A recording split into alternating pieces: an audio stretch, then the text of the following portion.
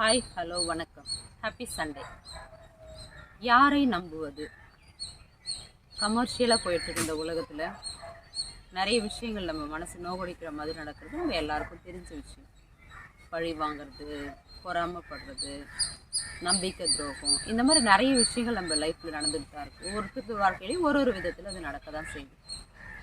So அந்த question வரும்போது யாரை தான் நம்புறது அப்படின்னு வரும்போது எனக்கு என்ன தோணுச்சுன்னா, 3 பேர் நம்ம லைஃப்பில் எப்பயும் நமக்கு துரோகம் பண்ண மாட்டாங்க. அந்த 3 பேரை கண்டிப்பாக எந்தவித சந்தேகமும் இல்லாமல் நம்பலாம் அப்படின்றது தான் என்னோட ஒரு கன்க்ளூஷன். உங்களுக்கு பிடிச்சிருந்தா எடுத்துக்கலாம், பிடிக்கலனா விட்டுடலாம். ஸோ அந்த 3 பேர் யார் அப்படின்னு யோசித்தோம் அப்படின்னா, முதல்ல நம்மளை படைத்த கடவுள். ஸோ நான் ஜீசஸ் அப்படின்னு சொல்கிறேன், நீங்கள் வேறு ஏதோ ஒரு கடவுளுடைய பேர் சொல்கிறீங்க. ஸோ கடவுள் அப்படின்ற ஒரு common creator of this universe, நம்ம எல்லாரையும் படைத்த ஒருத்தர் கண்டிப்பாக நமக்கு நம்பிக்கை துரோகம் செய்ய மாட்டார். ஏன்னா நம்ம மேலே வச்சுருக்க அளவுக்கு அதிகமான அன்புனால தான் நம்மளுக்கு இப்படி ஒரு அழகான வாழ்க்கையை கொடுத்துருக்காரு. ஸோ எப்போவுமே முதல் பர்சன் நம்ம லைஃப்பில் நம்ம நம்பக்கூடிய ஒருத்தர் யார் அப்படின்னா கடவுள். ஸோ த செகண்ட் பர்சன் யாராக இருக்க முடியும் அப்படின்னா, நம்மளை இந்த உலகத்துக்கு கொண்டு வரத்துக்கு 2 பேரை பயன்படுத்தியிருக்காரு கடவுள். அது யார் அப்படின்னா நம்மளுடைய பெற்றோர்கள், அம்மா அப்பா. ஸோ எந்தவித எதிர்பார்ப்பும் இல்லாமல், நம்ம எப்படி இருப்போம்னு தெரியாமல், வளர்ந்து நம்ம என்ன ஆக போகிறோன்னு தெரியாமல், இப்படி எந்தவித ஒரு ஐடியாவுமே இல்லாமல் நம்ம மேலே முழு அன்பையும் காட்டி நம்மளை இந்த உலகத்துக்கு கொண்டு வந்து நமக்கு எல்லா விதமான நல்லதையும் செஞ்சு நம்மளை வளர்த்து ஆளாக்கி ஒரு இடத்துக்கு கொண்டு வராங்க அப்படின்னா அது நம்மளுடைய பெற்றோர், அம்மா அப்பா.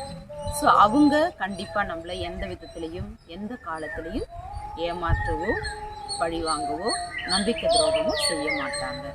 ஸோ அவங்க ஒரு விஷயம் நமக்கு சொல்கிறாங்க அப்படின்னா கண்டிப்பாக அது நம்மளுடைய நல்லதுக்காக தான் இருக்கும்.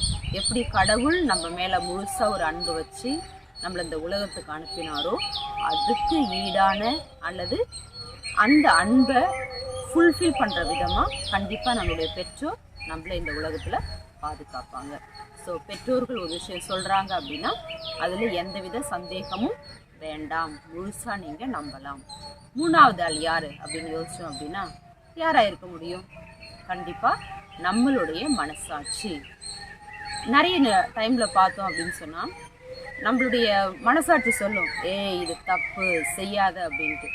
ஆனால் நம்மளுடைய டெம்ப்டேஷன் அப்படின்னு சொல்லுவோம் இல்லையா, அது என்ன பண்ணுனா பரவாயில்ல பார்த்துக்கலாம் நெக்ஸ்ட் டைம் அப்படின்னு சொல்லும்.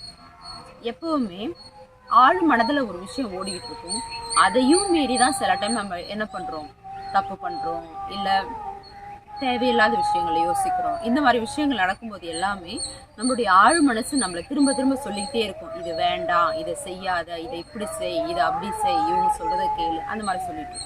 ஸோ எப்போவுமே நமக்கு அப்படின்னு சொல்லி நமக்கு கடவுள் கொடுத்த அந்த கிஃப்ட் தான் நம்மளுடைய ஆழ் மனது, நம்மளுடைய செல்ஃப். ஸோ அது எப்பயும் நமக்கு கெட்டதை நினைக்காது. ஸோ இதுக்காக மற்றவங்க எல்லாரையுமே நம்பக்கூடாதா, எல்லாருமே துரோகம் பண்ணுவாங்களா அப்படின்னு கேட்டால் கண்டிப்பாக கிடையாது. நல்லவங்களும் இருக்க தான் செய்கிறாங்க, நமக்கு நல்லது யோசிக்கிறவங்களும் இருக்க தான் செய்கிறாங்க. பட் டெஃபினட்டாக 3 பேர் உங்களை ஏமாற்ற மாட்டாங்க, நீங்கள் 100% நம்பலாம் அப்படின்னா நம்மளை படைத்தவர், நம்மளை அந்த உலகத்துக்கு கொண்டு வரத்துக்கு உதவியாக இருந்த நம்முடைய பெற்றோர், அடுத்தது கடவுளால் படைக்கப்பட்ட நம்ம மட்டும்தான். ஸோ கடவுள் நமக்கு எப்பயுமே நல்ல புத்தியையும் அறிவையும் ஞானத்தையும் கொடுத்து தான் படைச்சிருக்காரு.